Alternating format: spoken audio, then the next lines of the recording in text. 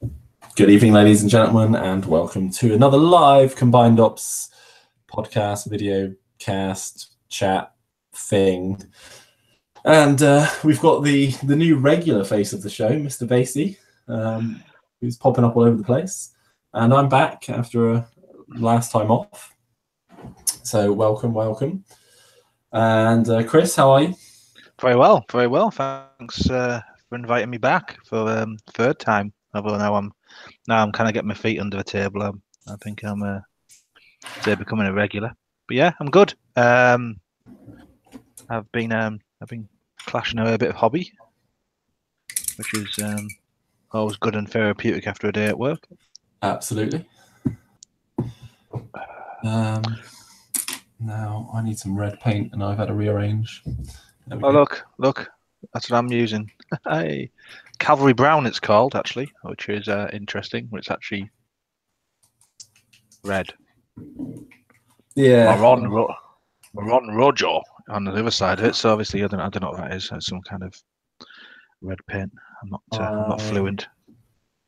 Yeah. Which paints do you use anyway?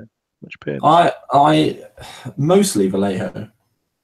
I've got a good selection of game color and model color Vallejo ones, but because GW is not far from me, I do pick up a few pots here and there.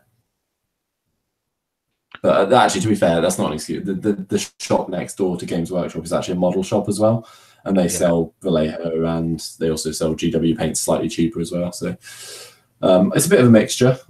I've had a few army painter paints before, but I don't get on with them so well. I've heard that said by a lot of people, actually, by some other people. Yeah, I mean, I use Vallejo mainly because there's a chain of stores up here like called Boys, and up here in the northeast. Don't know how far south they go, but they have a really good model selection stuff in there. Yeah, down there with all the fishing tackle. It's one of them stores that sells more or less everything. It's a bit like, I don't know, not a B&M, but it's a bit like one of those kind of like shops that sells just about everything you can possibly ever want. And I discovered when I started getting back into the hobby that actually they sold Vallejo paints. So it's very, very useful now. It means I can get them actually from the town where I live, which is unusual because if you ever go to Barnard Castle and wander around, you realise there's not an awful lot here. But there is model paints, which is always useful. And airbrush paints and airbrush thinner and other bits and pieces as well. Including something I'm considering buying, which is a magnifying thing with a light on it, because my eyesight is hey, this I'm speaking to the right man. My eyesight is probably starting to get a little bit worse on close-up detail stuff. But you know what you need to come and see. Yeah, I don't need any varifocals just yet, mate. I've only just turned 40. Really? I thought you were like 50. Oh, here we go. Don't you start because because Verity isn't about at the moment. Don't you bloody start. Got to make up for it. Yeah, well, yeah, exactly. Get him in now and get it all set up for when we get to Nottingham, I suppose. Oh yes, end of the month, end of March. End of March, yeah. I've got to sort the hotels out actually. Don't know if I'm gonna get the discount I got last time. Unfortunately, I think it's going to be a bit more. That's all right, mate. But I'm sure it will. I can get the same quality of room, of course, with little chocolates on your pillows and stuff. But but yeah, no, it's well. This is the question. I don't know if people are going to eventually talk about this underneath. I've decided to go. I'm painting Saga, Dark Age stuff, and I did my Viking warband, and it was all a bit random colours and all a bit beige. But I've decided to paint my Normans in the uniform colours and let the shields. I'm buying shield transfers as well. Let the shields be the variation on them, but everything's going to be in this cavalry red, well, cavalry brown, so I should say. And then I'm just gonna do some highlighty bits like the legs and leggings and arms, like the underclothing in different shades of brown for each unit. Nice. But I'm gonna try and stick to one colour. Now I don't know if that's the right thing to do or the wrong thing to do, because generally Dark Age wise it was all a bit sweaty and a bit beige, wasn't it? So Nah, I don't know. Don't want to be boring. But I've been watching some videos about Adepticon and some of the battle boards, and a lot of them were quite uniform in their look. So I thought, well, I might go for that for a change. It also means I can. I do struggle painting everything different colours sometimes, having a palette rainbow going because I'm so used to painting bolt action as well. So yeah, I know what you mean. I'm trying to paint this red onto black, and it's not working very well. I don't black undercoat anymore. No, I haven't in ages, apart from when I'm actually, and I've been usually using white or grey, or I've been using a lot of green undercoat recently. Yeah, grey was my big discovery of 2017 actually. Because before that, I'd only ever used black because I got told to use black on I think the Bretonians when I did them, and as I say, I discovered grey undercoat, and it was like wow, because you can go up or down, can't you, from grey sort of thing. It doesn't. You can make it darker or make it lighter. It doesn't isn't as quite as sort of foreboding as black, is it? I suppose. But black works in certain situations. Yeah, the black in theory is good for what I want to achieve, which is why I've done it for the first time in ages. But what are you painting, by the way? I'm currently painting some Test of Honor miniatures. Ah, which ones? My Honor Bugeisha that I got from Bad Squid Dough. Yeah. Oh, excellent. Yeah. Because I've got to get my War in States warband ready, and I still haven't decided what it is. I've got about a week to decide what I'm going to take. And mine might be Normans. Yeah. Anyway, no, I think you should go with those the ladies. I think you should go with those. That's the plan if they're ready. I mean, I've got a month basically, but I don't know what to use them as actually, because I was obviously these guys don't have their own cards yet. So I say yet because they'll be the summer release, and I've seen some of the models for it, and they look bloody beautiful. The monks are monks next. The monks are this month. Right. Or well, maybe not this month, but like very soon. Oh, they'll be there when we get there, won't we? And I'll just Probably, walking about like a yeah. Oh, just like the bandits last time. Yeah, I didn't even flinch. I just did it. I was like, oh, £27 down. There you go. To be fair, I had planned to buy them, so it was walk in, buy them, and I was like, yeah, it wasn't even a question of if, it was how long is it going to take? About 3 minutes. Seconds. Yeah, it took. Yeah, there's no foreplay there.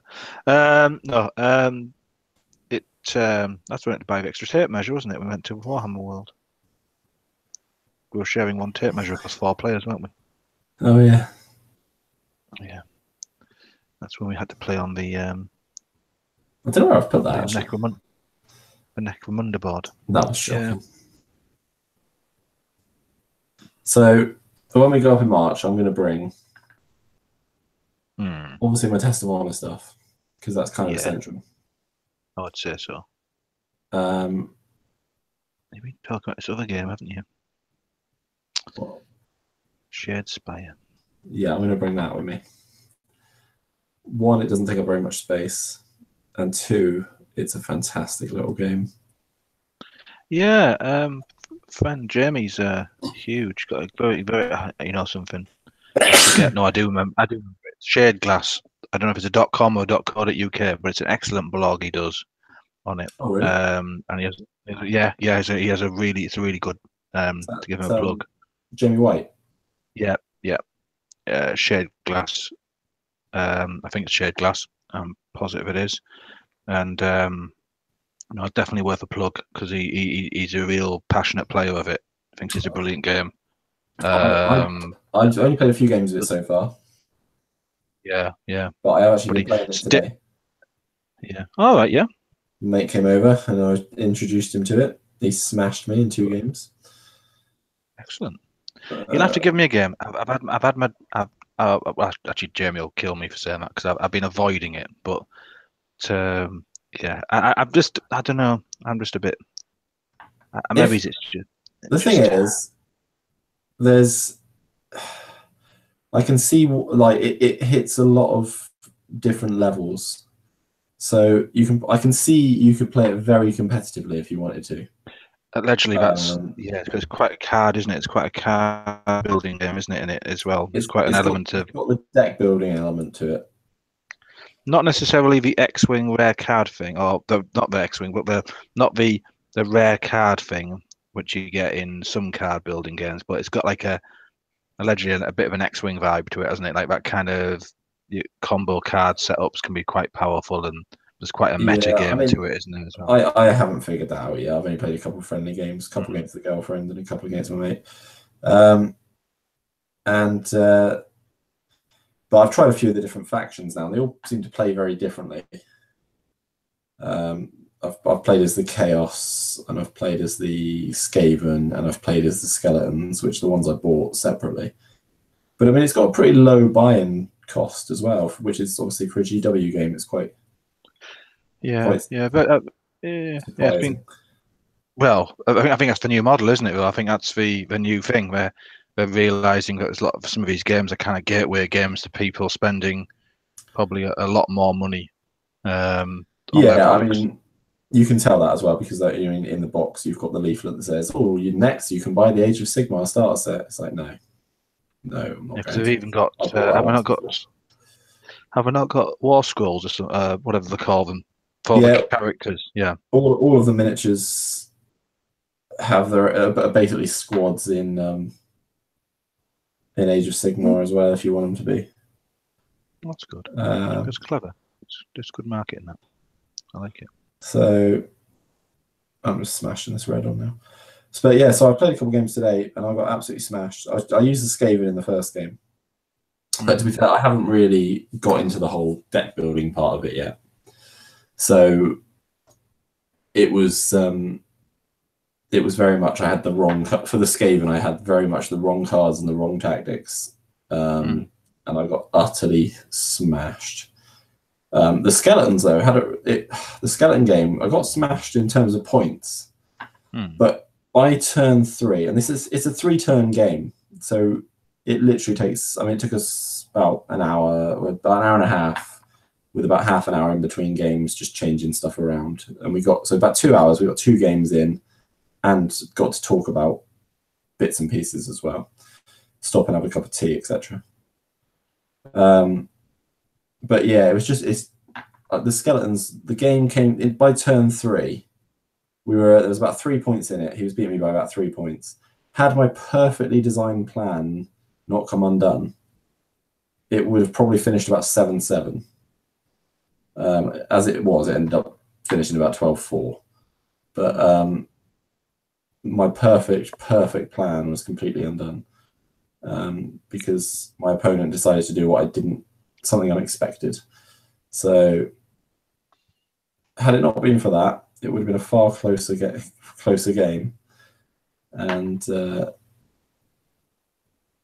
but still, it's a great little game. I'm going to bring that up with me. Cool. Because it's not much to bring up. It's just the main box set, and Kieran's got the Skeleton faction anyway, and obviously I do as well, and you can play it multiplayer as well. All right. You can play it up to 4-player. Are we aiming on having a trip to Bookmans? Yeah, I think we're gonna get across there again. Because we can play that in the bar. You guys can play that in the bar, can't you? I suppose. We have a couple of pints. It doesn't have to be unless we. And we don't have to forget our stands for our flyers and stuff this time. Don't. I was so organised. Definitely booked the car, didn't you? Yeah. Nugget. And not the car we took to Bookmans. I'll just point that out. If people were sort of saying, "Oh, you could have just walked outside," no, I left the other car. We didn't take a car to Bookmans because we knew what state we were coming out of Bookmans. Yeah. I have to see what time I can get down on my Friday at the moment, because I haven't really got many holidays left this year. Me and Kieran are, I think, trying to get there for about 12 again. Yeah. But obviously that'll be straight up to to Warlord, wasn't it, Tim? To Warlord to set up, and then Yeah. then we'll be free. So just whenever you get there, really. Yeah, but I mean, it'd be about probably if I can get out of work at midday. Yeah, it'd be sometime in the afternoon, but yeah, it won't be too late. It'll be definitely in time for some games and a beer, a pizza and a beer at Bookmans. So, yeah, no, I'm really infused by this Saga at the moment. Saga looks very good. I think it's going to itch my Dark Age kind of. I miss Warhammer Ancient Battles kind of thing. I think a bit, not the same scale. Don't get me wrong; it's not anywhere near that kind of ranked up unit thing type game, but it's just got some. You get to use nice gripping beast minis and stuff. Although these boys are the new range from Warlord, the Normans.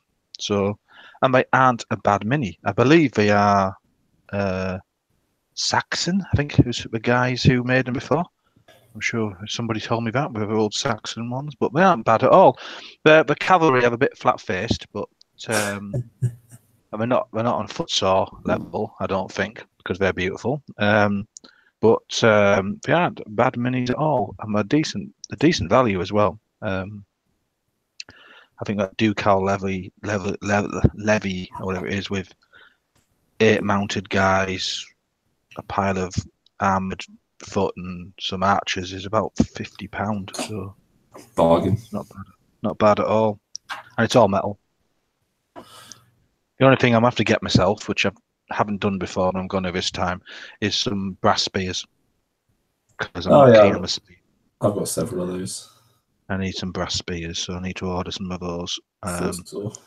Yeah, I know. I'm just trying to see if there's anything else I want from Footsore before I put the order in, because £3.20 and £3 P&P is just a bit kind of upsetting me slightly. How desperate are you? You can always wait, and I'm sure Andy will pick you up some. Yeah, I'm probably trying to get them done before then, so I probably will take the plunge and just get them. I could do with finding somewhere that sells foreground flock as well, because I need some flock to match my other Vikings, which I've already done. Because I've done the mud and realised my flock isn't here. It was taken away. Somebody borrowed it and just won't be back for a couple of months. So, that's that. I wonder who that could be as well. Spoke to him today. Actually, not spoke, but messaged me today. How is he? He's all right. I mean, he's his same old, I think. He only came on for a minute or two. He didn't have much time, I don't think, but said hello. You all right? I'm all right. Man, that's about it, really. But yeah, I'll probably get a bit of a chat with him at some point over the weekend. Probably a bit of spare time. But yeah, but I don't want. I want the flock from the same colour as my my warlords and my druid I've got. So I think I'll get some the same flock as the other one. I suppose I should really get me British Romans, British Romano. I've heard that a couple of times now. I've heard that since the time you came up here for the tournament, and the first time I ever mentioned Saga, I think. I haven't done that long, have I? I think you have, at least. No. I reckon you probably have. When's Black Friday? Like, I'm pretty sure I got them in like the Black Friday sales. All right. Are they footsore ones as well? Yeah. Don't tell me you've got that cavalry unit with the armoured cavalry, because they're out of stock and I was gutted. I looked at them the other day. No, I've only got foot troops. Yeah. Their war bombs are great value as well, though. Yeah, it was even better. It was like 25% off. It was, I think, it only cost me like 28 quid, I think, for like something like 30 odd models. I don't know, something like that anyway. Yeah. I can't remember it exactly, but yeah. So I'm trying to. I mean, the gripping beast starter box was brilliant, because you got all the kit, measuring sticks, fatigue markers, everything. All the Sarissa stuff, bits and pieces for it. Sarissa. Yeah, Sarissa stuff. And you got a plastic warband box set, which makes 25, 26 minis. And then you got obviously the rule book and the new source book, which has 12 factions in and 12 battle boards. Does it have my faction? No, it doesn't, because that book is still allegedly valid. The Arturius and Arthur one is still valid. Right. Okay. But they do have, which you could probably quite easily use them as, is late Rome. You could use them as those as well as Byzantine, late Rome as well there. So it's more or less the same kind of thing that you could do. I think you could double them up as those. But yeah, the new book's brilliant. Again, it's one of those where it's got the actual quality of the book itself is fantastic as well. Yeah, someone down the local club was talking about Saga a little while ago. Don't know if they ever bothered getting into it, but might have to re-ask the question. Yeah, I think I'm kind of. There's a couple guys interested. I'm the first one to buy it, I think. Can I use my I've Yeah, well, that's the thing. You could have a Saxons. You could use your Saxons as Rohan. Rohan's as Saxons.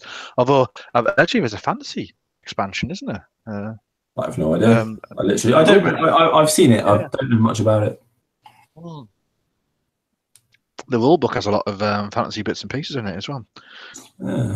Fair enough. So definitely worth looking at. So I've done all my guys, and they all look a bit like this. So this is one of the archers. There you can see him there. He's now got his little red bit on it. Now, what I'm aiming on doing is doing the sleeves and his legs in a brown colour. And I've got all the armoured. Have you seen these guys here? I've got all the armoured Normans as well. There, if you can see him, Matt, seeing that one? Oh yeah, I can see. Drop your paintbrush. I can see it. Yeah, so he's. And I'm trying to work out because I've just looked in my one of my Osprey books, and we used to have like segmented helmets with different colours on. I think that would look pretty cool, but I don't know. I dropped my paintbrush. It's gone. I don't know where it's gone.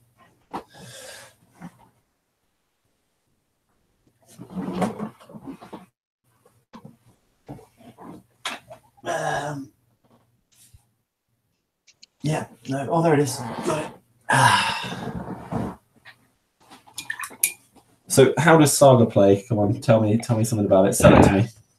Right, there is there's Saga dice. Yeah, I haven't played yet, so obviously people will correct me if I say I get this very, very wrong. But what I've seen in the videos and what I've seen, it's quite a simple system, it would seem. We get a battle board for each faction, which has like abilities on it, and also the activation for units. And for instance, your dice have got, I think it's common, uncommon, and rare symbols on them, the Saga dice. So, which equate to 1, 2, 3, 4. I think 5, 6, or I think it's 6 is obviously a rare, and commons 1, 2, 3. It's some kind of combination. 4, 5 is uncommon. What you have on your battle board is abilities and also ability to activate units. So certain units will activate on lower scores. So, for instance, your Hearth Guard will activate on a common, whilst your levy, which are a bit like, well, I don't really want to be here fighting, but I'm here, I've been told to, will only activate on a higher kind of uncommon or potentially rare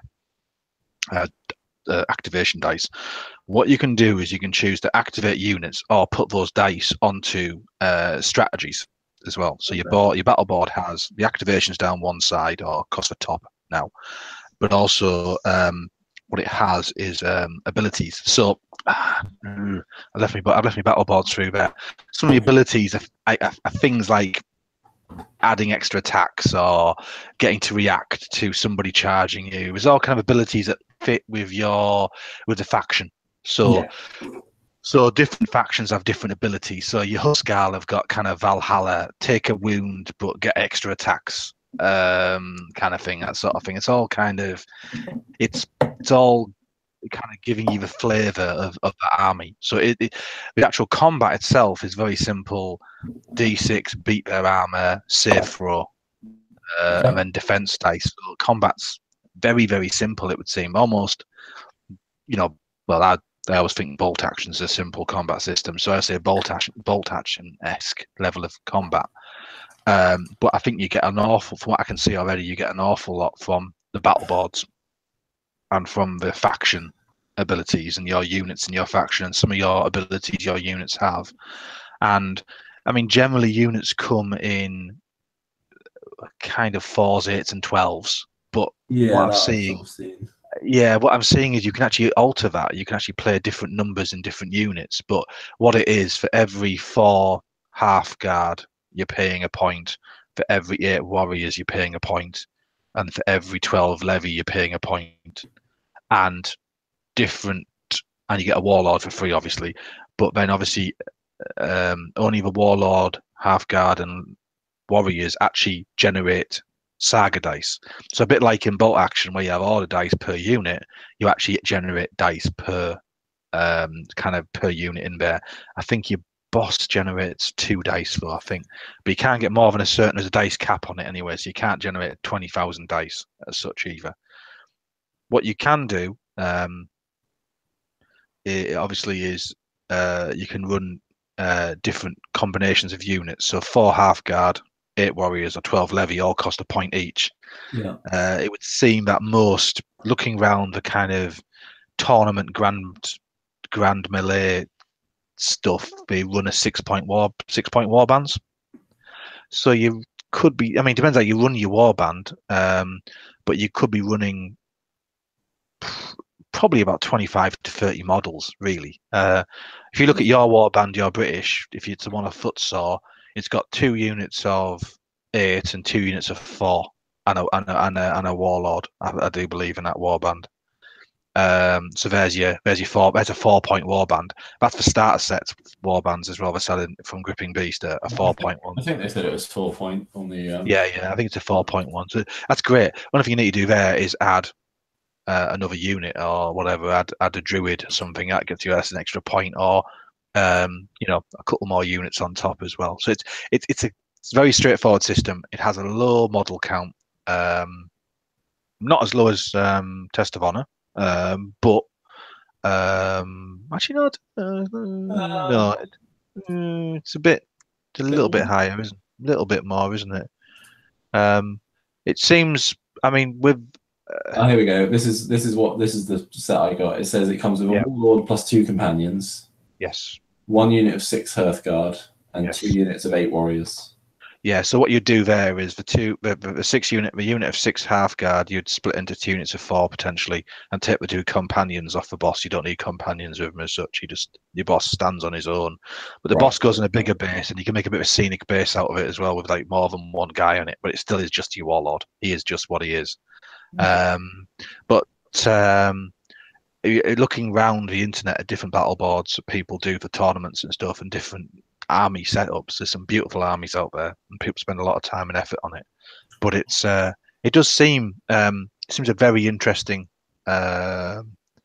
system, in that it's a little bit different, bit like I'm obviously a huge fan of bolt action, so that makes that's one of my favorites, and I think this is up there with that. Kind of has a nice activation system in there, which gives you a bit of variety.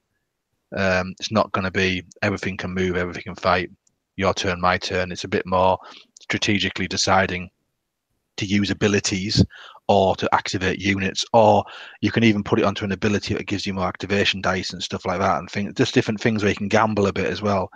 I've been watching a little video about the Byzantines, and they're quite a funny one, where they've got things like abilities to where you can disengage from combat a certain distance, they can disengage from combat a further distance, like to almost sort of the way, because the way they use cavalry in history is kind of it kind of matches their style of play. And there's all sorts of different abilities and obviously there's different books as well. There's now the new Viking Age book, but obviously there's they've still got the Arturius and Arthur one, and obviously the Crescent, the Crusader one as well, which looks great. And obviously, folk who play it and want to get into it, there's so many plastics out there now. It's really quite easy to get into it, like a bit like almost like bolt action level of getting into it, really. But a number of companies, Footsore and Gripping Beast, do some fantastic minis as well for it. That's pretty cool. Fantastic. Yeah, it seems to have a nice kind of system to it. It's sort of game where you can play it without, and it just seems to have a nice level of minis to it as well, where you can spend a little bit more time. That Kings of War army I did for the Vikings was great, and I enjoy it, and it's great. It's a great army, but got it 148 minis later, you're kind of crying yourself to sleep, aren't you? And I don't know if I've got the patience for that now, and like longer term, I don't think I have. I think that nearly broke me. That I need maybe just put it in the box and leave it forever. So I think I'll be looking at Saga more. Ooh, and playing that a lot. Hopefully trying to get more players playing that as well as bolt action, because it doesn't seem like it's too bad to get into. Well, I'm kind of sold on it because I can get King Arthur. Oh, have you seen that mini? He is. I'll tell you what you can get as well. Is in the Saxon ones. I think I think it's Footsore. You know the Sutton Who helmet, the one it's it. There's a copy of it at Jorvik Centre in York. I don't know if you've seen that. Yeah. I think they do him in the early Saxons. They do a guy with a Sutton Who helmet on. That's just like. That's awesome, I think he's new actually. They've literally. Yeah. And I've got some beautiful Vikings just come out as well, which kind of made me kick myself a little bit, because a Metal Viking army would be cool in the future as well. But I think I bought all the Viking characters that they did. Did you? The named ones. So if you look on the website, like Olaf the Bard, the Bold, sorry. Yeah. Arnveld Ale-Sinker, Eric Oak Splitter. I think I got one other guy as well, I think. But I bought them because I was using them for Lord of the Rings. Of course, yes. I'm going to use them for Dunland troops, maybe even Rohan. Yeah, bit in nice. Right? Just because they're really nice figures, and that's the thing when I'm thinking of getting. Yeah, exactly. Yeah, I think when I'm thinking of getting these brass spears, I think one of those might just get popped in the old shopping basket at the same time. Like, oh, you can get Welsh. You can get Welsh in Saga. Yeah, the Welsh are in the new book as well, in the new expansion. Let's grab the book. I've got the book just on top of here. I'll tell you what's in it. Is there a Welsh this is the book. This is the book here. The book is hardbacked. It's a lovely book, and it's got a lovely section in it. So we've got Anglo-Saxons, Welsh, Normans, Vikings, Anglo-Danes. So Anglo-Danes are great because your warlord has to have a Dane axe, which is so cool. Last Romans, which are basically Byzantines, the Norse Gaels, the Irish, the Pagan Rus, the Scots, the Caligurians, I can't pronounce it, Yoms Vikings, and then there's some mercenary units at the back. It doesn't do any Welsh models yet. And I thought Footsore did Welsh. Unless I don't yet. I'm sure. I thought they did. You can find them. I might just be being blind, but I can't see them. I'm just looking through the website. But... No, if it's not there, they're not there. I honestly thought I might be thinking of Picts rather than Welsh. You know. Okay, well, if they do some cool Welsh models, I'm all over that. Yeah. That's interesting. Yeah. I know that definitely that Gripping Beast do them, but obviously it's a little bit of Footsore fanboy. So, the stuff. I mean, I'll be keeping a very close eye on Footsore over the next couple of months because they've got some very nice stuff coming out. Yeah. Some very, very nice stuff coming out. Mm-hmm. Yeah. Do some Royal Saracens are beautiful futsal, yeah, proper, yeah. No, we don't. You're right. You're probably right. We haven't got Welsh. We've got Irish.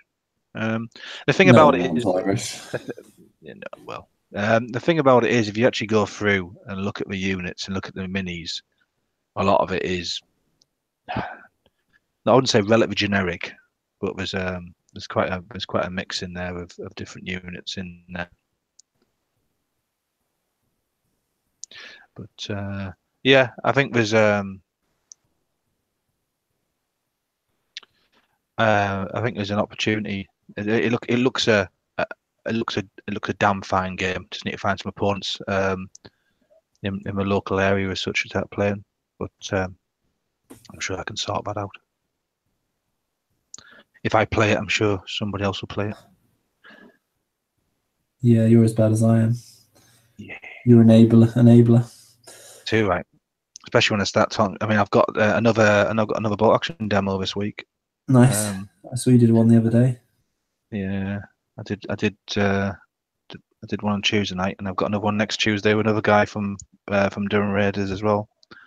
So he wants a quick run through, so that'll be good fun. I've learned a little bit from the first one. He hasn't got an army at all, so I'm bringing Panzer Grenadiers, and I'm taking my British paratroopers. I've done two kind of 600 point, well, probably 500 point list ish. Added a tank to it, of course, just to make it 750. That's what I did on my demo lists or on my demo games. I basically did a tank. Everybody's got to have a tank to play with first game, haven't they? So you've got to have a tank. I'm thinking I've got a big lump of 4x4 foam in the garage. I'm thinking I might build a board for it, because if I keep doing these demo games, it'd be nice just to have a little demo board to whip out and, well, just generally have a 4x4 board as well to play on. But I might just make one up, and then it's always there to use as well. But I think you're right. If you start playing a game, you get people coming along wanting to play it, especially when it's a good game. If it's something, which isn't too gritty and granular. It's got interest and. So yes, but I spend a little bit of time doing these Normans, get these up to scratch. So I might do these not as Normans as Bretons rather than Normans, which means just the cav have javelins instead of spears, which makes them a little more brittle in hand to hand, but yeah, bit cool. Gamey already with it, are you? Too right, mate. I'm looking for that one. Looking for that whack. Looking for the one that always wins. A bit like you do in bolt action. Oh. I'll never forget until I actually beat you. Don't you? Just so you're aware. You know me. I'm a friendly player. Yeah. Strange that nobody else agrees with you, but apart from that, yeah, fine. Everyone agrees with me. Yeah. I lost 2 games of Shadespire today, and thoroughly enjoyed losing. Apart from the first game, that was shit. Fucking scathing. If I played war games to win, I'd have given up by now, I think. Like, as in, I got upset. I got upset if I lost. I meant, really. I do like to win. Don't get me wrong. Crikey. Yeah. I mean, that's what it is. But like, we got this Lord of the Rings tournament in August, and me and my mate have been talking about it. And it's just like, I think I'd rather win the doubles event than anything else. Yeah. Because the last time me and him went to a tournament, it was a doubles Warhammer tournament, and we came like bottom. But had a great day. Had a great day. We didn't come bottom. We came about 90th out of 100. But that's because I was using Skaven and he was using Empire. So that's a funky allied combination. I know. Well, that's the thing. You get penalised for having that sort of ally. But we just had a laugh with it. But the Under and Over Empire, I think our army was called. I like yeah, doubles always interest me. I think there's a couple of doubles bolt action ones coming up. I'd like to go into one of them, I think. But let's see, just have to wait and see. My aim this year is to play in more tournaments. It's my big thing this year. Something I kind of avoid to a certain degree, and I think I should. I'm just going to try and get to more things. Really, I'm going to go to Salute this year. Oh yeah, definitely. Especially as I've seen a few new releases coming up for Salute as well. Yeah, don't think I'll get down there for that. I don't know yet. I suppose it's nearly as far for you, is it not, as it is for me to get there? Yeah, it probably is. As much as it is, you're already in the south, it doesn't really matter. It's sort of... It's a long way east. It's still a long way across. Oh, come on.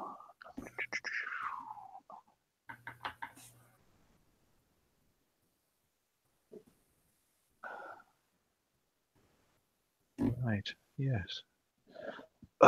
So these guys get the bowman done, and then I'll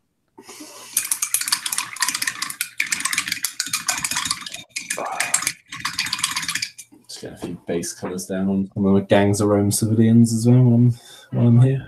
You got some gangs of Rome to do, have you? I got all the civilians to do. Oh, right. I've got. Have you played much recently of that? Or? I've had another couple games. Andy was kind enough to give me the experimental rules. The sort of asked me to play a couple games with they're sort of advanced civilian rules. Right. So he sent me the sort of the play testing rules down, and there's sort of individual figures that run around and just cause havoc. They're horrendous. There's a local butcher who you laugh. He's a right asshole. He will basically grab if your fighters get too close, he'll try and grab them and make them into lunch. So if he manages to capture one of your gangers, they get taken off the table, and you've got 3 attempts to try and bring them back on. You have to basically roll 5 or 6, and if you don't, they're just dead. They become tomorrow's lunch. Nice.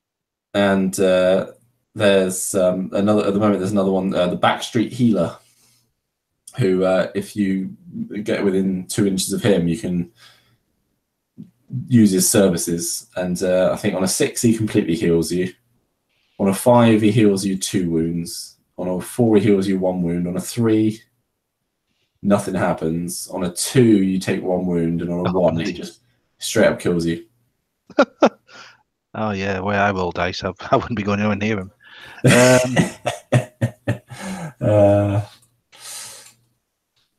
roll a lot of 1s. I didn't even mean to the other night in my demo game, but I kept rolling them. God, I couldn't hit anything. You're just being nice to the newbie. Well, I'd like to think I was, I'd like to say like sort of wax lyrical about that, but actually no. I think it was just he was rolling 6s, and I was rolling not 6s. Was that on your? That was a good game. He actually used my dice. Yeah, I used both set. He used my power dice, and I used my blooming German dice, and that's what happened. That was a good game. I think Phil enjoyed it. So I've got another one to do. So it's always good to get more into the bolt action, fold and such. Yeah, I need to get some more games in. It's been a long time since I played. Certainly feels like it's been a long time since I played. That's why I picked up the Airborne the other day. Yeah, I think it's a good motivator, that the Airborne one, especially if you get that Market Garden book. That's excellent. I'll be picking it up. I'm not going to build any of the models till I've had a look at through the market garden book and some great scenarios and some new lists in there as well. That's why I want to look into it. I want to try and do a fairly themed. Yeah, definitely. Yeah, you'd like a glider platoon or something like that, which most of the Brits came in with. Well, I'm thinking Polish, but yeah, that's yeah. Did it come with Polish heads, or is it? Excellent. I don't know how many is in there. I don't know if it's enough to do all of them. But our mutual friend would say, "Why aren't we wearing helmets?" But apart from that, he's got me doing that as well because my BEF, I had to put them all in blooming helmets, and I had 4 left over because the metal warlord Brits don't come with enough sodding helmets, do they? They come with some guys without helmets on, so I was a bit like, oh, I can't cope with the ridicule when he gets back of why haven't I got helmets on. So I had to leave them as the last 4, which was always that motivation thing as well, where you know you're not going to play them, but you still have to paint them. Talking about paint, I found a spot of mist on the red. It's a shame. Under his armpit. You just batch painting at the moment? I am batch painting at the moment. I'm finding I just haven't got the motivation to paint at the minute. I painted up my Shadespire skeletons in like 2 days. And I was like, yes, I'm going to get these done, then I'm going to move on to the Skaven as soon as they arrive. And I started painting Skaven. And I just was like, oh, I actually don't want to go and paint these guys. It's because I've painted so many Skaven in the past. That even trying to paint these 5 is painful. Because I want to try and do a reasonably good job on them. But I'm just doing a little bit at a time. And just, I like to. Yeah, it's funny, isn't it? I think what motivates you. But I had when I got these last week. Last week these Normans. I thought, oh, they'll just sit there and I won't even look at them. And then the Gripping Beast turned up, and I had the BEF to do. So, and then the Blitzkrieg, the Perry stuff turned up. The Dingo and the armored car, Dingo and the carrier. So I've done the BEF starter set. They're all done. I've done the Vikings. I've just started thinking, what should I do next? I finished off the paratroopers, and I thought, no, I actually fancy doing these Normans because I had an idea. Because I watched some videos, and I thought, you know what, I have a real good idea about what I want to do with them. So they're all in this kind of red livery now, and I'm just working my way through, kind of doing. I'm gonna try and get some kind of coordinated color theme going with the other color on them as well. So there's a lot of chainmail on the armored infantry, which is great. But I've got some transfers turning up from Little Big Man Studio, is it? I can't think the call them now. Something like that. There's a studio that does. Hold on, I'll tell you what they're called. Because they aren't actually on the first Foot Source album, don't they? Decals and banners. Well,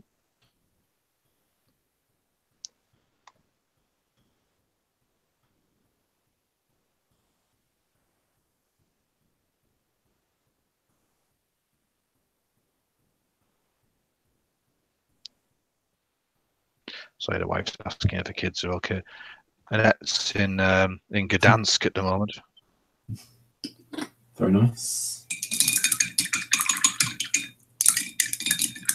Yes, it is. It's little Big Man Studio. Yeah, I thought it was. Yeah, lovely as well. Transfers, but I haven't done Shield transfers since. Well, I don't know when. So I'm quite looking forward to having a go at these. See how I get on. But I haven't stuck any shields to anybody yet until I get them done. Because this time round, all the shields are going to go on like properly, like that. So I've got Viking ones and Norman ones turning up. So it should be good. Right, next colour. So I've done the first lot in this first bunch of archers, which is like a levy unit in model Earth, model colour Earth. Now I'm going to do my crossbowmen, which would be warriors. I'm trying to think of a different brown, but I want a stronger brown, don't I? I think I want something a bit more brown. Orange brown? No. Red with orange brown? No, I don't like that either. Not going to use saddle brown. Oh, I don't know, saddle brown. Flat brown. Fancy flat brown elsewhere though, as I go through. Leather brown, chocolate brown. I want me infantry. Let me see what I've got here. Beastie brown is quite a good one. Which one? Yeah, I've only got a handful of model color, game color. Hold on. What number is it on it? Beastly brown? 72.043. 043, that's how I need it now. I can get the equivalent model color.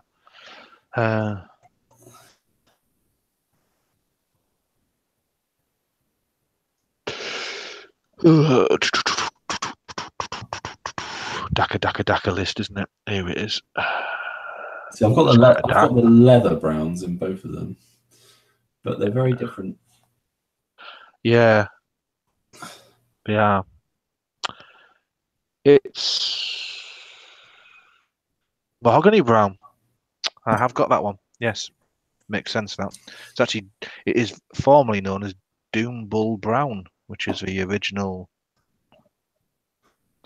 Citadel, the new Citadel. I'm running very, very low on flat brown. Yeah, that's a colour you'll need for your paras as well when you eventually get around to it for your denizens. So you best get some more of that.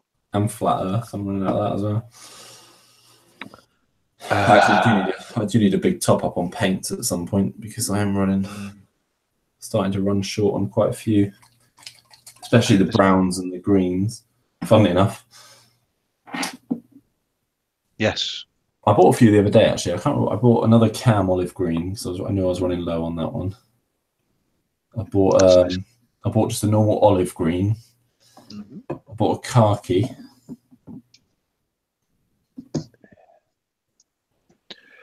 I should look at the number 984 because I've got it's a sad admission to make, but I've actually put my paint on number order. Yeah. That's a bit harsh. I know. But to be fair, at this stage, I wish mine were, or at least in some sort of order. The trouble is, I move around my paint. I paint all over the place, so it's like they always get mixed up. Even sometimes when they have a slight order, they get mixed up. Yeah. Well, my problem is when I buy a new one, I have to reorder a whole damn lot, don't I? I'm gonna buy you a load of paint for your birthday. Cheers, mate. I appreciate that. Plus, I've got I don't know if you can see this. Hold on, let's move these guys off front of them. Big Chromebook. Turn my laptop around. I've actually got myself. I don't know if it's visible there. My Vallejo paint box with all my paints in. Oh, that's nice. Yeah. They're available on Amazon, but there's a guy up here in a shop, a local shop, who does them. You buy a certain number of paints, you get the thing for about 20-30 quid, but it's excellent because you can stand it up on his end as well, so that you can store your paints in that. When you don't have somewhere permanently put them, it's very, very useful. But obviously, what you got, as I say, I've got a bunch of air paint. I could do with another one to put all my air paints in, but. Right. I'm still considering getting an airbrush. Yeah, well, I need a new compressor and an airbrush, a decent airbrush, really. Especially after I saw, seeing the results you can get from an airbrush. I had a little go on one when I was at the local show, and it was nice. I mean, you take a bit of fiddle. Sometimes and I mean, getting down base colours like I did on the BEF takes a little bit to get the paint to the right sort of thinness sometimes, and it takes a bit to get it through, and you can get too thin, and you have to work on it a bit when you first get it. And I will admit it's not the most straightforward bit of kit, but once you get your head around it, and you start kind of all the Vallejo paints will thin nicely for it. and obviously you got the model air paints as well. But you just buy some thinners and you can thin them all. The game colours thin really nicely. The game colours are thinner anyway, it would seem, than the model colours. Yeah. But they do thin very, very nicely. Oh, good choice, mate. I like that beastly brown. That was a Viking warlord. That was the little character I got, the one holding the head. Yeah, I'm gonna have to invest in some spears and get the odd thing while I'm there. I actually need a warlord for my Normans. I need a guy on a horse for my Normans. On a horse. What do the Normans come under? Well, I don't think footsore do them. I don't. I don't think they do them, so I'll have to go shop around a bit. But I need a nice character figure for these guys. I'll have a look around. I know you can get sort of, was it called? Was it Bishop Odo with his big club? He's quite a cool figure. But I'll have a shop around and have a look for him. But that really works nicely, that man. Like that. Well, yeah. Oh, I got one of that. Oh, yeah, I forgot I got him as well. Which one? It was one of. Well, I didn't. It was the free miniature of the month at the time. Yes. Football. Yeah. Oh, it was the little Arab dude. All right. I don't know if you can see that little baggy. Oh yeah, yeah. He's more or less coming through there. Yeah, he's a bit. Yeah. Yeah, yeah. He's quite a nice little figure. I don't know if I'll ever use him for anything, but I'm sure I'll find a use somewhere along the lines. When you get big time into Saga and get the Crusader expansion, you'll. Well, I'm now digging through this set, like sort of. I should carry on drilling all the holes with the spears. Hmm. I think that's why. Actually, that's probably why I haven't finished them yet. It's because I had to drill bloody holes with the spears. I did about 4 or 5 of them and got bored. Wow, that's not quite right. Are they all done? No. Yeah. Oh no, that goes. I could do with an Aldi trip to pick one of their Dremel things up in the middle row. I think I do need to get myself down there. I think something drilling them all out by hand takes a little while. Yeah. I think I might get myself a Dremel. Or the Dremel equivalent, at least. I picked myself a little hand drill off of Amazon for about a tenner. It came with several different little bits. But yeah. It was quite good. But yeah, definitely. I'll have a look at Saga because I've got the models for it already, so I might as well just get them put together and. Yeah. I mean, paint them. The faction dice are lovely, but you actually have a little thing in the front of the faction book that says one, like the D6. It tells you what a D6 is for the faction dice as well. I mean, faction dice make it easier because obviously you don't have to remember. But you can have your first ever game without faction dice. But if you're ordering the rule book anyway, you must already have a set of faction dice and stuff as well. I've got some Norman ones turning up from Griffin Beast the next day or so. Yeah, I'm just looking at all the models now. I bought them because they were nice models. I didn't really buy them for a reason. No, I say, and the thing is, it is a very much an individual model game. It's very much a game for having some nice models, not having to churn your way through thousands of the damn things. Yeah, I could probably get away with using some of these guys as gangs of Rome, like just people wandering around the streets as well. Yeah, it's just because you've got like a late Romano British thing, haven't you, going on? So the other side of it as well is they'll probably come in for your Rohan love or not. Well, I probably could actually, definitely. Probably could quite easily. I'm not going. Well, I've got plenty of Rohan models, but the reason I bought the Vikings were for my Men of Dunland because I've got. It's a good point actually. I've got the Frostgrave barbarian set built up. So there's 20 guys there that are basically Vikings. Pretty much. That's what I mean. If you look around the different models, because it's so few models, the model counts for a 4-point warband, that's sort of 25 models. You can't really get it wrong, really. Yeah, no, I actually do need to do something with these because these are nice. Be ashamed to waste them. You heard that in the background? Yeah. I think my dog's having a little bit of a. She's having a little bit of a nightmare, I think. Poor Ben. I usually have to go and wake her up when she does that because I like her doing that. Poor thing. I need to get some more spears. I need some more spears. Then if I should get the longer ones. I've got these ones. Which, yeah, they're 50mm ones, aren't they? Yeah, probably. There were some pike length ones which are 100mm, I think. Obviously, you can still chop them down and things, but there's a longer one. Maybe I'll keep it to that size then. Yeah, I'm saying 100mm, but I'm guessing. I have to look at the website. But there's different sizes. I love this bag of shields that I got there. Yeah. Oh, that's nice. But there's like twice as many in there as what I need. Yeah, it's just like poppadoms in an Indian restaurant. Just throwing them at you.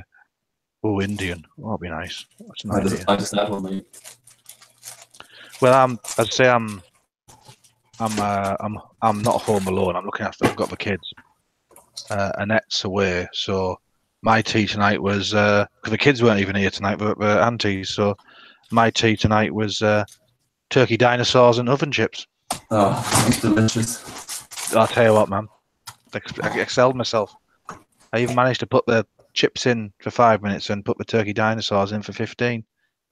It's like I just poured it all on the plate from the tray.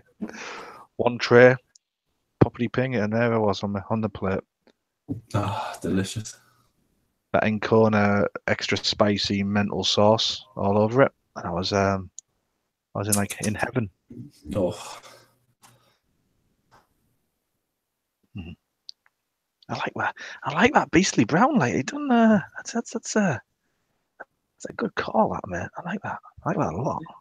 Yeah, see? Yeah. And I'm gonna have to pick another brown now for my next lot. But I think I've got a chocolate brown, which I want my cavalry guys to have. Chocolate. Yeah. Kids have got some Skittles somewhere, I'm sure, but I'm not gonna go hunting for them. That's evil. I'd go looking for them. Although I do have some popcorn for the microwave in the cupboard. I used to get microwave popcorn all the time, and then I lived in a house that didn't have a microwave for like 2 years. So yeah, I keep forgetting it. I actually had some of the microwave popcorn in the cupboard for about 2 years, thinking I'll get a microwave eventually. I never bothered. Even now, I don't really ever microwave any food anymore, apart from if it's just reheating it. But it's rare we use ours. Mine's used for popcorn, like mainly, and it's warming cups of coffee up. I've left because I've been too busy painting. To be fair, if I do that, if I risk painting with a mug of tea, it ends up being paint water.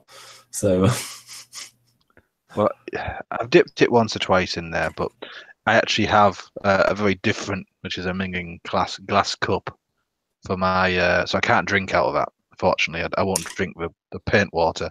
And a little bit of paint that goes in my coffee. I've got my professional mug. Ooh. It's actually a Specsavers one. Yeah? Yeah, we've got... Does that mug work? Unlike the pen you sent me, you mean? I mean, the mug works, yeah. Yeah. You sent me... I mean, obviously with some Dad's Army figures in there as well, but I was really looking forward to my pen, and it didn't work. I'm disappointed in that. To be fair, even if it had worked, they are shit pens. We don't even use them at work, because even as a freebie at work, they are terrible. So yeah, you haven't really missed out on anything. I had a bunch of Dad's Army in there as well, but apart from that, I mean, it was a pen I was getting really excited about. I know. I'm sorry about that. I'll get you another one. I'm sure I can sort one out from somewhere. I'm sure we've got a box full at work.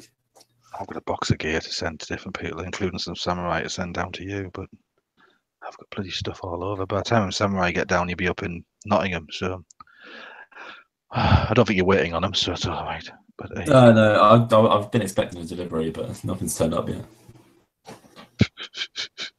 They're still sat on my side. So there's a mug for the last tournament as well for somebody. I bet he ends up getting that at the bloody next tournament. I've got to sort myself out a bit actually on that score. Get some gear down the post office. It's since I stopped eBaying. Oh, what's yellow? Where's my bronze flesh tone?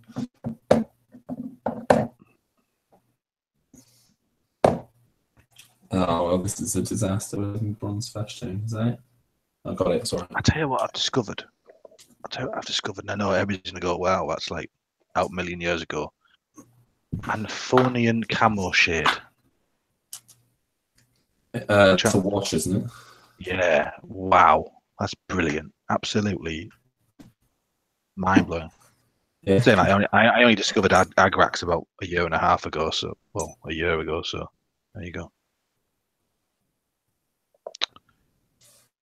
That's a mess, Daisy.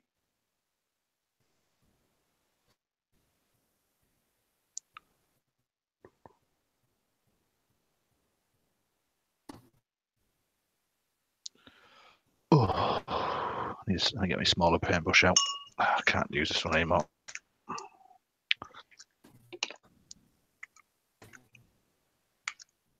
Have you seen these? I bought a set of paintbrush. I bought a set of those broken toed ones. Yeah. I'm terrified to use them. I keep going back to the old army painter ones. I've used one once. I even bought some soap to clean them and everything, and I was like, but I just don't. I think I'm just too cack-handed to use decent paintbrushes. My brother bought me some Winsor & Newton Series 7 ones for birthday. Nice. And he bought me some brush soap to clean them with and stuff. Yeah. I'm trying. I've been using them, and I think, apart from a bit of paint on the handle on a couple of them now, they're still the bristles and stuff still in great condition. But I have found that I wouldn't say my painting's improved much, but it definitely is. It feels nicer. Mm. I need to pick up some more though. I need some bigger brushes as well for the tanks and stuff, and my scenery as well. Yeah. Yeah, I think you need to.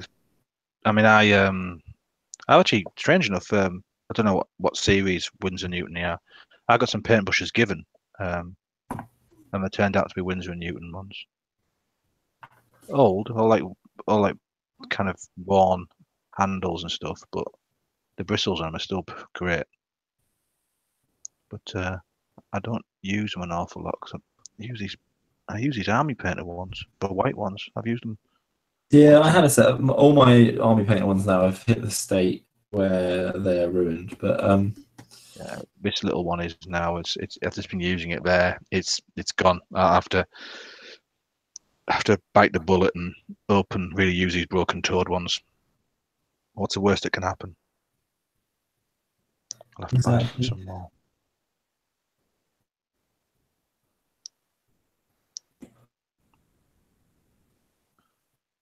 Right, that's it. I'm using them. Tonight's the night, guys. You're doing it now? Tonight's the night, guys. I'm just going to take them bushes there. Look at them two. I'm going to chuck them. No, I'm not going to chuck them, but I can't throw them because the big army painter ones, this is a great batch painting bush. But that one, which one is it? The Wargamer Regiment one, exactly that one, because you can paint a regiment. Insane Details, decent. I was decent, but I'm actually I'm shifting now, guys. That's it.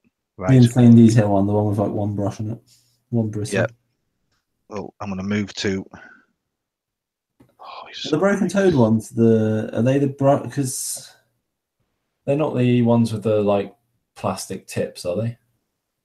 No, but well, I've got plastic covers on them, but No. I mean, no. Some of them you can get like brushes with like silicone tips, can't you? That looks Yeah, nice. no. These are pure sable ones. Oh, get my soap ready. Oh, Chris, you're not good enough to paint with these, Chris. You're not good enough.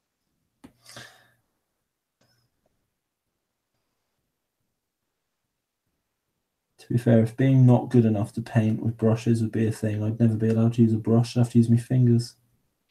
Well, if you look at some of my minis, it look like I have used my fingers.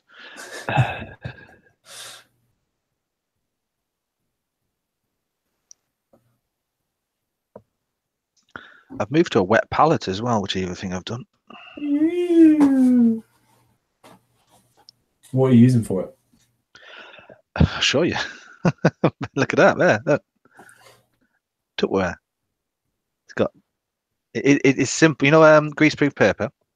It's a sheet of greaseproof paper, and it's you load the kitchen roll underneath it with water, and it just kind of through osmosis it comes through, and keeps your paints nice and thin and wet, so you can put the lid on it and come back and use the same paints again the next day.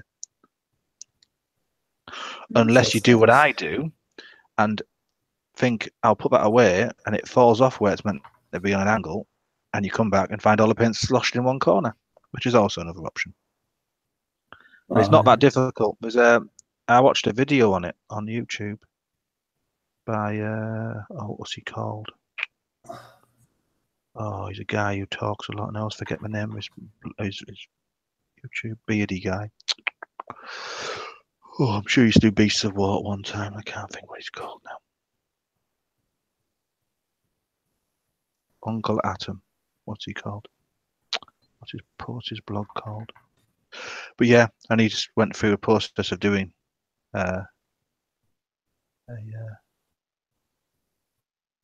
doing a wet palette, and I thought I'll give it a go, and I've never looked back since.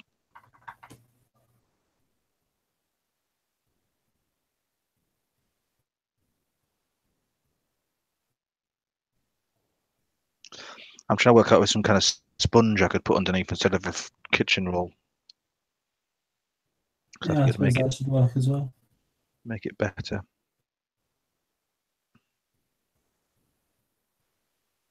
I eventually fill up the like the greaseproof paper with different sort of paint palettes, but it's just I've always found I think I've almost taken paint straight from the bottle in the past, and I think it's potentially been a bit thick. I'm definitely getting better at like watering down paints and stuff. Yeah. Too thin coats and all that malarkey.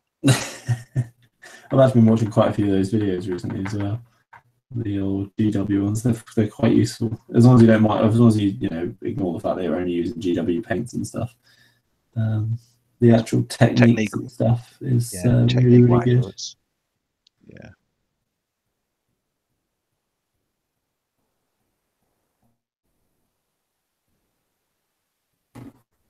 I think I'd love to have that setup they have for the video in the games though. Oh yeah, they do a nice. Something I must start doing. I think recording games. Yeah, I would like to do it a bit more as well. It's biting the bullet. I think I'm getting the right kit to a certain. You can make that excuse. You can use an iPhone if you really had to. I mean, it's not like it's. I'd rather not. I think if I'm going to do it, I'm going to wait till I get a nice. Like, my mate has a nice little HD handheld camera. It doesn't even cost that much anymore. No, but digital cameras are so cheap out there nowadays. Yeah.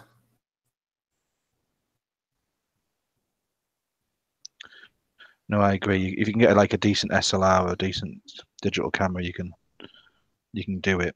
It's just, I think it's just getting around to it. Just talking to you guys on this is opened my eyes up to just kind of how easy it is. yeah, once it gets started, it's not too difficult. But yeah, I definitely would like. It's just getting the time and getting the people together. See, as soon as you start filming games, they start taking a lot longer. So it's the editing, I think, is probably what people keep saying is the time-consuming bit as well, isn't it? Sort of getting even just playing the games on camera takes a lot longer. Yeah, because did you play some games on camera? Have you done that back in the old days?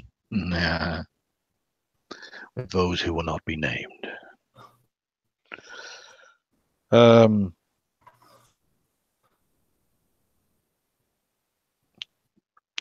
Talking of such things, the tournament sign-up's going well.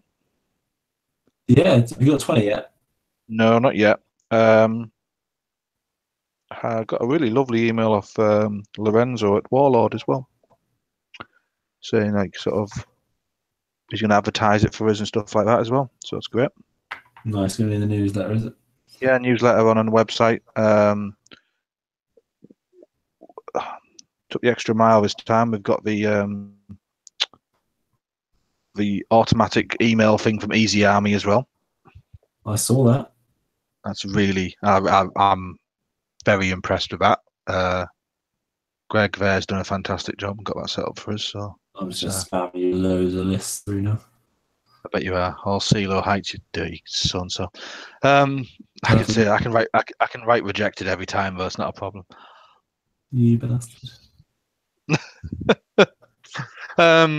Someone will we've got someone somewhere will eventually let me use that list. It's an open tournament. I think you should just go for it with some of these open tournaments. I think you go straight through with it.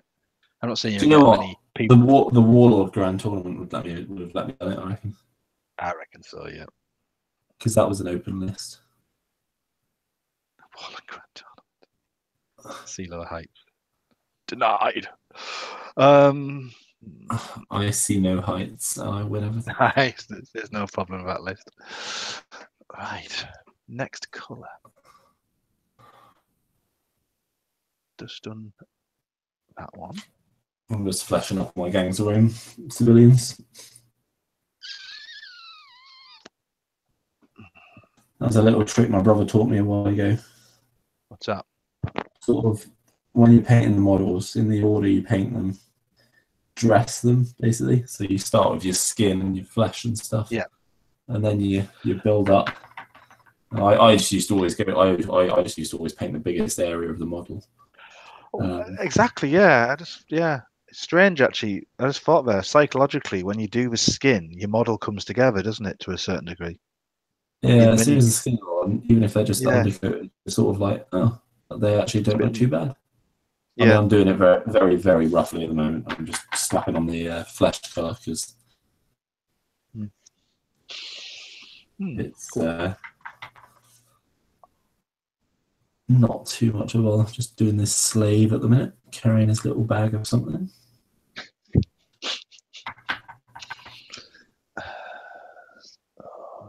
Here we go. What we got here? Beige brown. Now these guys need a strong brown. We need a brown. A real brown. German cam medium brown. Oh, German cam black brown.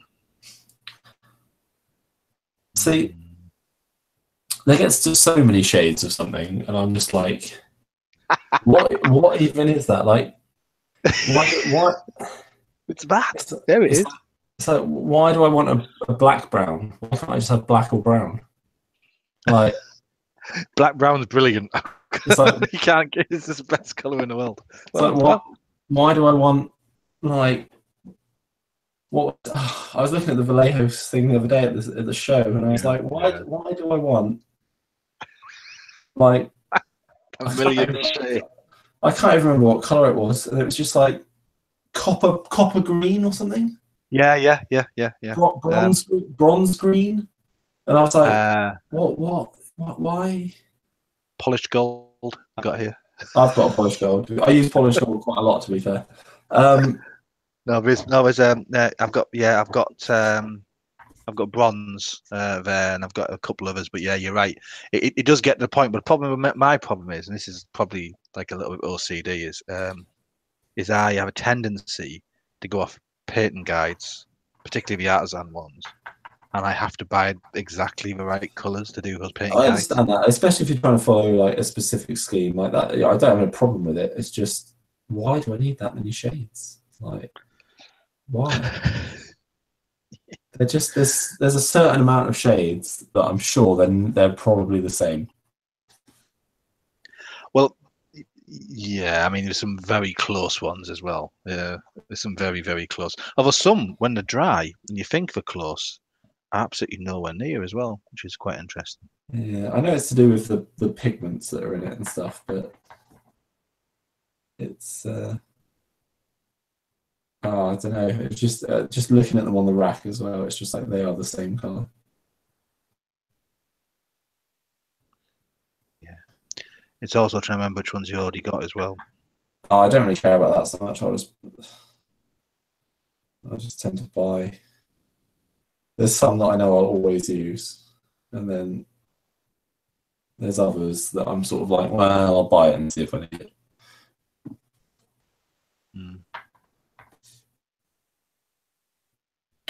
What I tend to do now is whenever I'm ordering any models, I'll put a couple of paints in the order as well.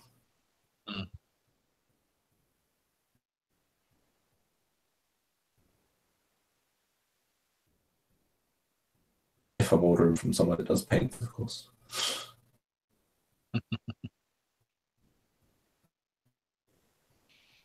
Just get a message off the wife. Yeah, I like I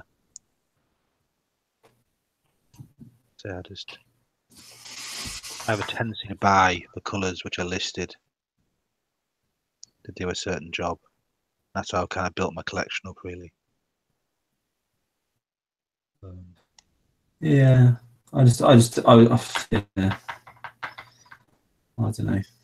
It's, No, I know what you're saying. It's just, I think you can. I mean, as you say, so many are so close. I mean, British uniform, for instance, you can. I've got that one. You got that one? I think so. Yeah, you probably have. I think everybody's got British uniform. It's you know, when you look at your British Army uniform colours, they're often a more green shade, or just red. You can't go off that, and that's the thing about the German field grey and all the rest of it. You've got to, you can buy the field grey paint, but actually, in reality, a lot of them, it was much closer to Russian uniform or something instead as well. So I think having a selection of those kind of paints is useful, because then you can add some variety as well. Yeah, definitely. To your regiments. Well, I'm taking longer to paint each of these because I'm using a smaller brush, but I'm actually liking I'm liking the control I'm getting. It feels a bit more.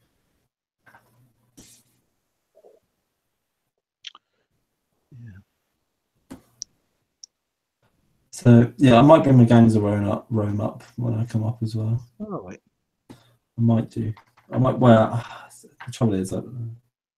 The problem, I said, I could bring Saga down, bring 2 warbands. The problem is you need a table, isn't it? That's the crux of it. Is that your likes of Shadespire, you unfold the boards and away you go, don't you?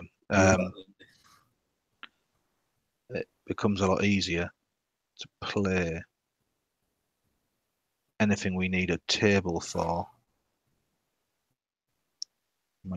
We might struggle a little bit unless we start playing in a hotel. I'm looking forward to getting some more Gangs of Rome stuff. Yeah, you've really took that one, haven't you? It seems a one you've really got into. It's a good, it's a great little system. You don't need a lot to play it. I would say, in terms of like the scenery and stuff, it's actually the scenery side of it's captured me more than like even like the Test of Honor scenery. Yeah, yeah. don't know why. I'm not really big. I hate painting scenery. Like I'll get scenery for the game, but I hate painting it up. Whereas for some, the the Gangs of Rome stuff, I've not finished it, and to be honest, I've not touched it in a little while. But I made a good start on it. I need to carry on with it really. But does scenery play a big part in it then? Yeah, it's very much a multi-level game. Climbing up stuff and throwing people off stuff and. Oh, cool. Yeah, the more scenery you've got, well, not necessarily the more you've got, the better, but certainly having a good mixture of scenery is a necessity, I would say.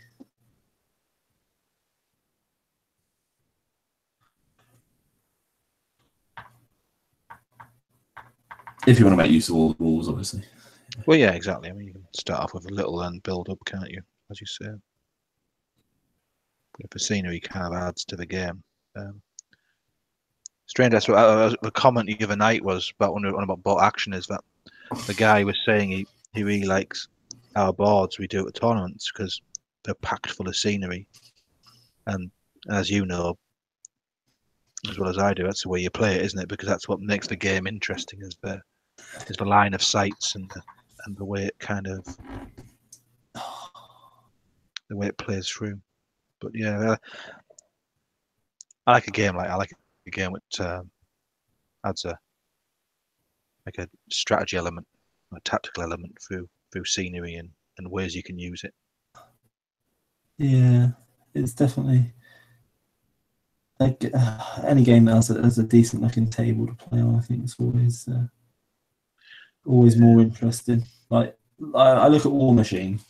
I know it's a very popular sort of tournament game and stuff, or competitive game, and obviously they like almost always use the 2D terrain. Yeah, a lot of just because it's better for sort of your tournament games. It's fair or whatever. There's no sort of debate whether or not you can see past something because they have the very sort of simple rules for.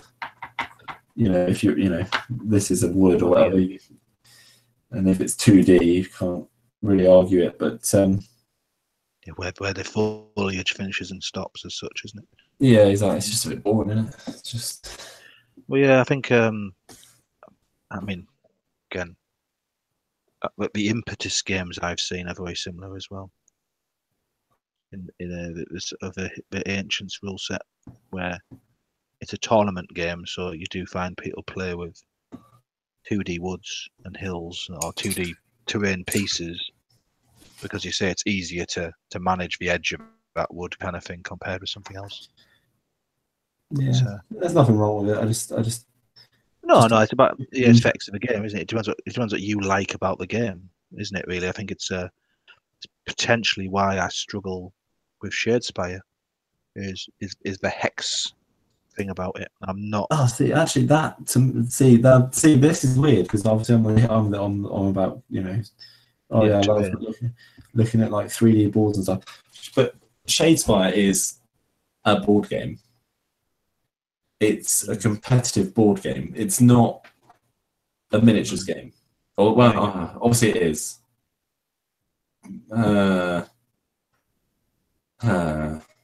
You could quite easily play it without the miniatures. Like you could just have tokens.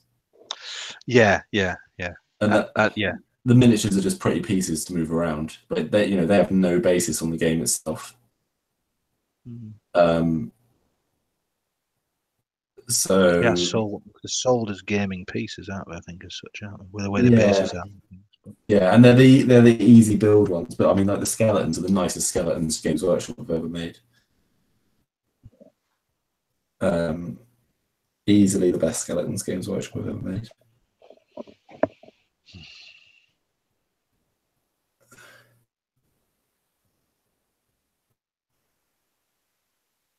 But yeah, no, I think a decent looking table adds so much more to a game than. Yeah, that's the reason I want to build a demo table, like a 4x4 with some kind of undulations on it and a sunken road with a T-junction in. See, me and Joe started on a table not that long ago. Well, no, it was ages ago now. It was probably 2 years ago. But I ended up moving away, and he started on the film, and it's probably about 3 years ago now. I don't know if it's ever got finished, but we got fairly far through it. It was a 4x4. It was mounted. It was in two 2x4 sections, and had a church up on a hill, and had a little village down in one corner, and had a river running through it, and a little ford and a little bridge across the river. And I don't know if he's ever got around. I don't know if he's finished it by himself, but I hope he has. That's the thing. I want to do something which is a bit a bit kind of Western European generic almost, where I can I could use it for chosen men or for boat action or even Saga, which plays in a 4x3 anyway. Oh man, 4x3 is it? That's an odd. Yeah, it's a 4 width by 3 deep table. Ah. It's a bit. I suppose it gets you closer to each other with the width to use, kind of your cavalry and things and flanks and stuff like that. Are cavalry any good in the game? I haven't. Well, obviously better than Test of Honor. Well, no, I mean as in. Not as in you're not a master of the cavalry in Test of Honor. I didn't mean that. But I mean you beat me, so it must be a supreme. It must be a supreme commander at that. I mean, But no. I think from what I've seen so far is they get the mobility, especially when they're Hearth Guard, Hearth Guard, I don't know how you pronounce it. And they get the movement and the hard hittingness of being like the elite unit on the table. You kind of, and obviously you get the kind of other units which can do kind of hit and run tactics and have bows or javelins. So I should go and order the Arthurian cavalry now. They're out of stock. The unit deal's out of stock, but the individual ones aren't. But I'm sure I just looked and it was fine. Back in, because I'm buying that. Just because they are beautiful. They are. There's only one left. I'm gonna buy it first. Yeah. Stunning kind of cataphract kind of cavalry. Oh, that's my thing. But Normans first, that's what I say. Yeah, because these guys are going to be mint. I can't wait to play these.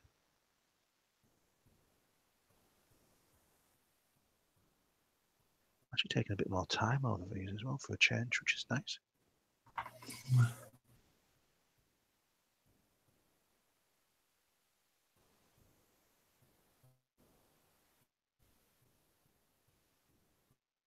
I actually think it's bushes that make me paint a bit better.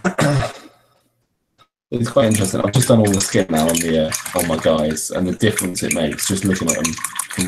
You know what? I think I'm ploughing through his brown now, but I think I'm actually going to go and do the skin next after this. I've decided I'm going to follow your suit and do skin. So hang on, camera again. So like these guys before were just white. And now the skin's done, and they just pop. So even obviously I'm going to paint them, but just the difference it makes, just random selection of models on the table. Let's have a look. Let's just zoom back a bit. Right, well we got a stack of market stalls for Gangs of Rome. We got my Gangs of Rome fighters, which are all finished. We got samurai, ninjas, and Honorable Geisha. We've got Gangs of Rome civilians, Shadespire Skaven, and we've got some Men of Minas Tirith. And on the other side, a ton of Rohan. Nice eclectic collection there, buddy. No, and on the back, we've got more Lord of the Rings.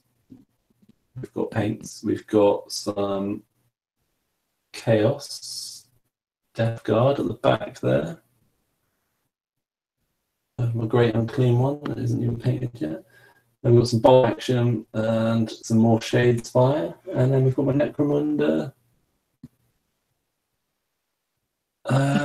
girlies there. Oh, you got some of them, have you? Yeah, they're all painted. They've done, played a few games, quite enjoy it.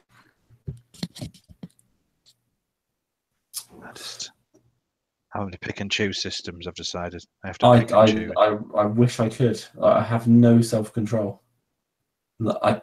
It's actually like a disease.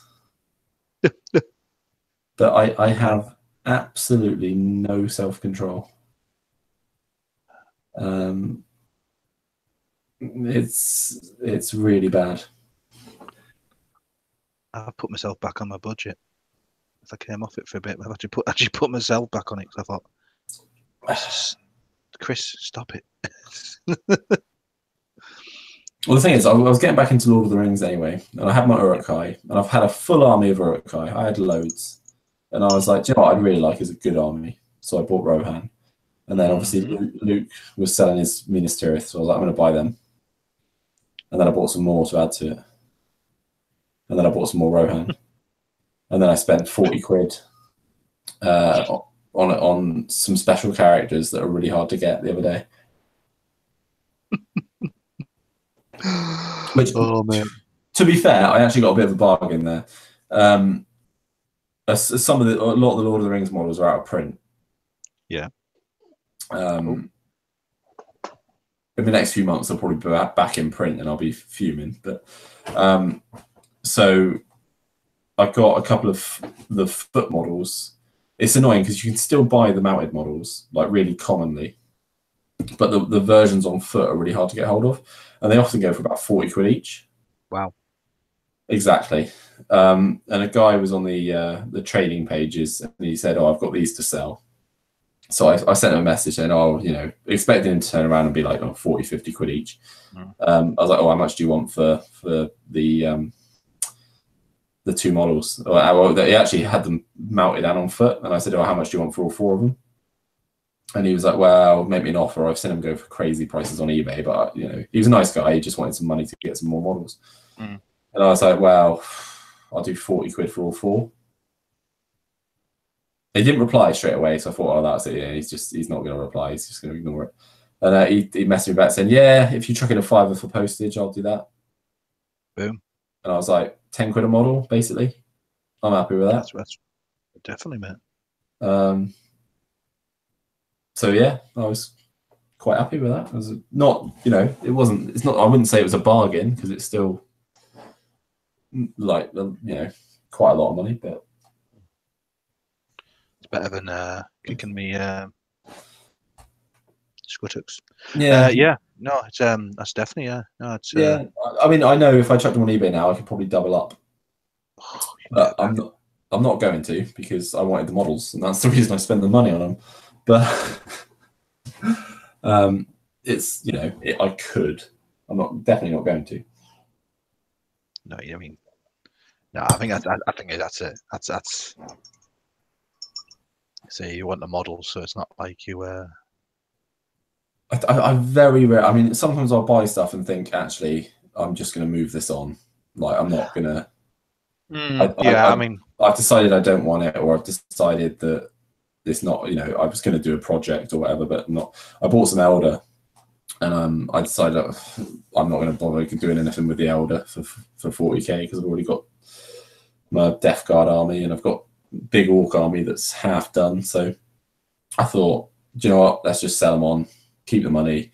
And I sold my Age of Sigmar army recently as well because I just don't play it, and I don't enjoy playing with those models. Did you get those dwarfs? Yeah. Is that what you got rid of? Yeah. I hate them. Absolutely hate them. Like, I love the models. Like the dwarves in the airships, the steampunky dwarves. Absolutely loved the models, and I hated how they played. It's weird, isn't it? And it took me ages to actually sell them, so I think they're not well liked. Because normally GW stuff, you put it on eBay or you put it on like the trading pages, and it gets snapped up. like even at like not even with not much of a discount. Mm. And I put 250 quid's worth of stuff up for about 175, I think I asked for it. Yeah. It took me about 4 weeks to sell them. Bloody hell. Which, yeah, it just, in fact, I actually accepted an offer of about 160 in the end. Yeah, just a part of your way. Just because I had them boxed up already, and I was just like, I just want to get rid. Too right. I spent that money on the Shadespire stuff, which I've actually already played probably more games of Shadespire than I have played games with those dwarves. So it's strange. It's a shame because they're such lovely minis that you'd expect them to they look so cool. And my mate was saying, he plays Shadespire, but he doesn't play Age of Sigmar. Mm. And he's talking about getting an army for Age of Sigmar, and I was like, wow. I just sold mine, obviously. And he was saying, I'm thinking about getting this army or this army. And they said about the dwarves as well. And I was like, just don't bother. They're terrible in game. I mean, it's a shame. I mean, that's where games like that suffer. Because this is where bolt action is obviously, you can pretty much buy any bolt action army, and it's competitive against any other army. It's gonna, yeah. I mean, there's some kind of, when you first start. Yeah, I don't think there's any, especially with V2, I don't think there's any necessarily outstanding army. But I mean, a good army to start with is the US, because you've got one or two less rules and they're quite good on kit as a late war army. But as you say, there's not much in it nowadays. I mean, German army won the late war tournament at ours last time. So the balance is definitely there, but I don't think any of those games were overly biased towards one side or another. I mean, there was quite a strong Stalingrad list won the early war one, but that has some special rules in there about being fanatics and things. But you pay for it, and it's in keeping with the list. So, but no, it's I think you're right. I think there's an element of that, and I think that's what's kind of drawing me towards Saga as well. Is there's an element of it which is a lot of kind of it seems to be relatively balanced from what I've seen. It might not be when I get into it. It might be certain armies are better than others, but from the point of view of what I've seen of it and the ability that you have with this battle board, I like the idea of this kind of like you make decisions to do things with a battle board, and then that kind of helps you in that turn or in future turns as well. So it's kind of, but no, I think you've got to have see how it plays. You've got to have a level of balance, I think, in any game, but not too balanced up. Nothing matters. Oh no! But I prefer games that reward good army choices and good sort of generalship, rather than being a case of you have to take this if you want to win. Yeah. Like as soon as it comes to the point where you've sort of got, if you've got an auto include choice of anything, then I think something's not right. I mean, a prime example is what we're going to in Nottingham is Test of Honor. Is that I don't think there's anything there which is not to include. I think everything is entirely up to how your style of gameplay or what you like. Even I think it's almost that what floats your boat, other than Cav, which I know someone's taking an all cavalry list to the Warring States too. Brilliant. And hopefully they do better than I did. I really hope they do. I'd be surprised because the rules for Cav just don't favour Cav. They cost a lot of points, and then you don't get a real big bonus for it, I don't think, which you should get. But that's because I'm an ex-Bretonian player, and I think anybody who gets on a horse should be brilliant, and everybody else should be shit. Again, I if I think cavalry are far better in a mixed sort of combined arms force. And I think them as well, a couple of units of cavalry in a unit in an army can be very effective. Especially if you've got bows. If you've got bows on them, you've got a very mobile. I actually don't like the bow. I actually don't like the bow guys quite so much. But I think with the newer expansion is far better with the mounted sergeants and the the mounted retainers and stuff. I think it's the fact that the mounted bowmen are actually a bit shit. That they should be quite good, really, because realistically, if you ever see the stuff they do at Leeds Armory with the samurai bowmen, like the Japanese bowmen on horseback, it's just amazing. And there should be some benefit for them because. I actually do think they should maybe get 4 dice to hit. The same as like a group does, but yes, it doesn't bother me too much. No, I think the other thing there is you've got to remember the guys have play tested an awful lot, and you don't know what imbalance that would cause as well. I'm looking forward to it. Yeah, your list was basically let's have a good laugh here. All cav list. Well, like I said, my list wasn't even going to be all cavalry originally. It was going to be my list was technically the one that won the tournament. I thought your list was the winning list, wasn't it? Yeah, that was my list. But because my mate wanted to come along and play, I gave him my list and I made another one. And I decided to go all cavalry and have a laugh with it. So, it was. Yeah, I think if we played all 4 games at your maximum point value, I would have done far better. I think I would have done far better. It was an escalation campaign narrative thing. I think made a big difference. But that's a point per day as well. In the first game, I had 4 models, and in the second game, I had 5 models. And it was only the last 2 games where I actually got all of my models that I could actually that it actually made a difference.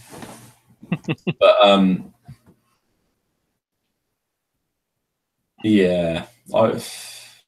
hopefully, like I said, hopefully whoever's taking the all cav list, it does better than I did.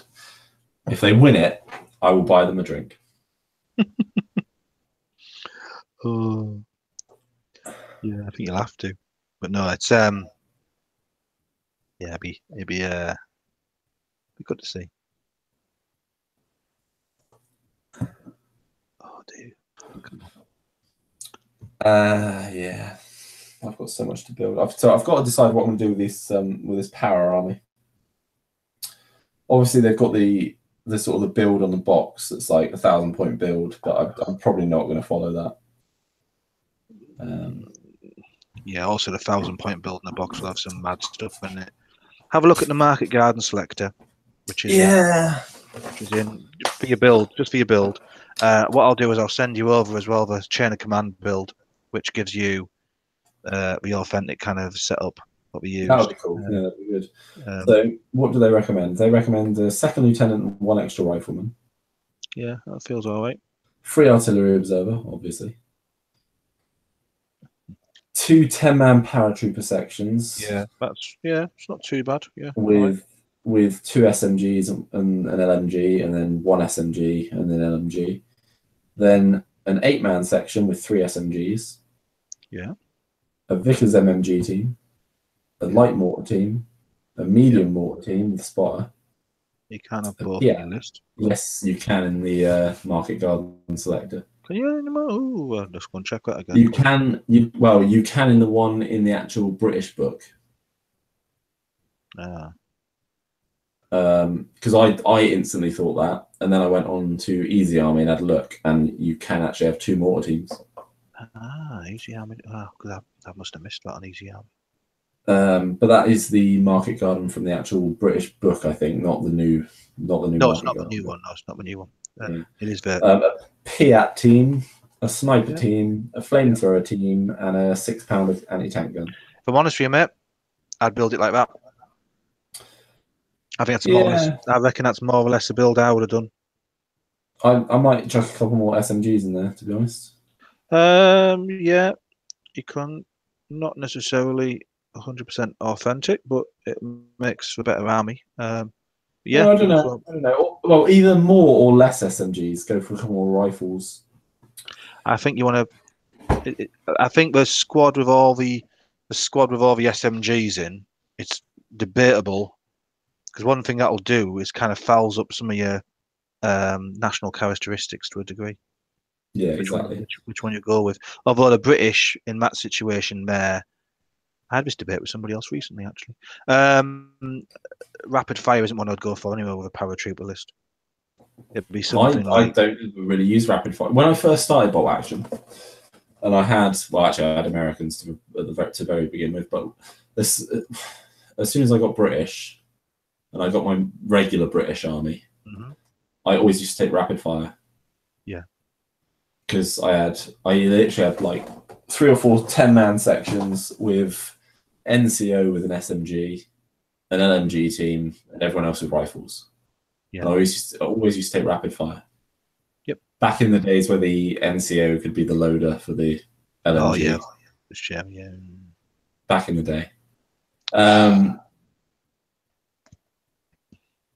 Even though I always thought that was all stupid, but it's actually authentic for the Germans. Yeah, no, I know there was always, it's if there's someone loading it, whatever. But it's nice to have a specific model to, I think, in games like this, so that your snipers have got something else to aim at. Well, I suppose you just take out the machine gun itself, not the actual loader. But anyway, yeah. So I always used to take rapid fire, and then I moved on to my commando army, and I often take vengeance. That's what I say to you. This is the conversation I've had: is which one do you go with? Because vengeance is great because obviously you're shedding pins, and it kind of fits fluffy wise with your army as well. Yeah. Like my BF will run rapid fire because at that period in the war, that's what we're doing. If they had kilts on, I'd a blood curdling charge because that fits kind of the idea of them fixing bayonets and charging in 1940 kind of thing.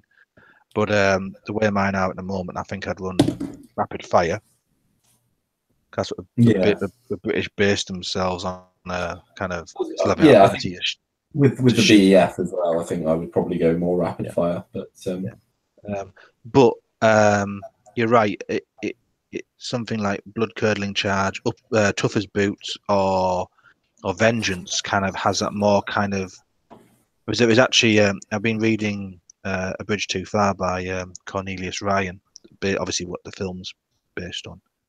And I was reading that in the book, but when you read that, there's an element which is the Germans were getting shot by the paratroopers, and a lot of them were like one-shot headshots as well. So they're very accurate shooting, but also there's an awful lot of clearing areas with bayonet charges as well. Yeah. So you kind of vengeance or something like that, tough as boots would be the one to go for because it kind of fits with that kind of style of army. And of course, you got to think yours are Polish, so you got to think what kind of like sort of what kind of thing would fit with them. But I think that's the way I play it nowadays. Is I don't necessarily go for what's necessarily going to give me the most dice or something, but what actually just fits as well. Yeah. What fits to your style of you want to play them as? How would you want to play them? I'm not going to have enough heads to do them all as Polish anyway. You don't. Well, we didn't know. Well, this is back to the berets situation. They all wore berets, Chris. We all know this. Luke's wrong. Oh, they all wore berets. He's gonna honestly, when he watches this back, he'll be like, "I'll get a message straight away." He's probably wearing his beret right now. Yeah, he's probably in bed wearing his beret. Yeah. Yeah. But no, as I say, I think that's the reason I was kind of. Well, he's got me that bloody convinced now that I'm like, oh, I should really put them all in helmets and buy a box of plastics and redo all my powers. And I'm like, stop it. Why would I want to redo an army I already have fully painted and ready to play? I think all my commandos are mostly in berets. Yeah, he had something to say about that as well. Don't worry about it. But they're Marines, they're most Navy armour, so I don't know what he says about that as well, because he has all sorts of things to say. Oh, yeah, right. Yeah, let's just not get him. Let's just not get started. Yeah, persimmon. Yeah, don't get him started. Oh, you know what, mate? I'm doing these last two guys, and I think I'm going to head off to bed because it is 11:30.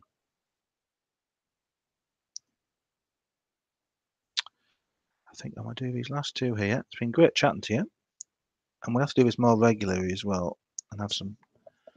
Hopefully, I can start chatting more about Saga as well. Can tell you how it goes, because I'm hoping to have 2 war bands by next Sunday.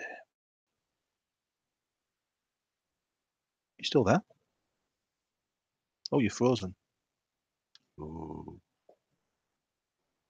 Have we lost internet?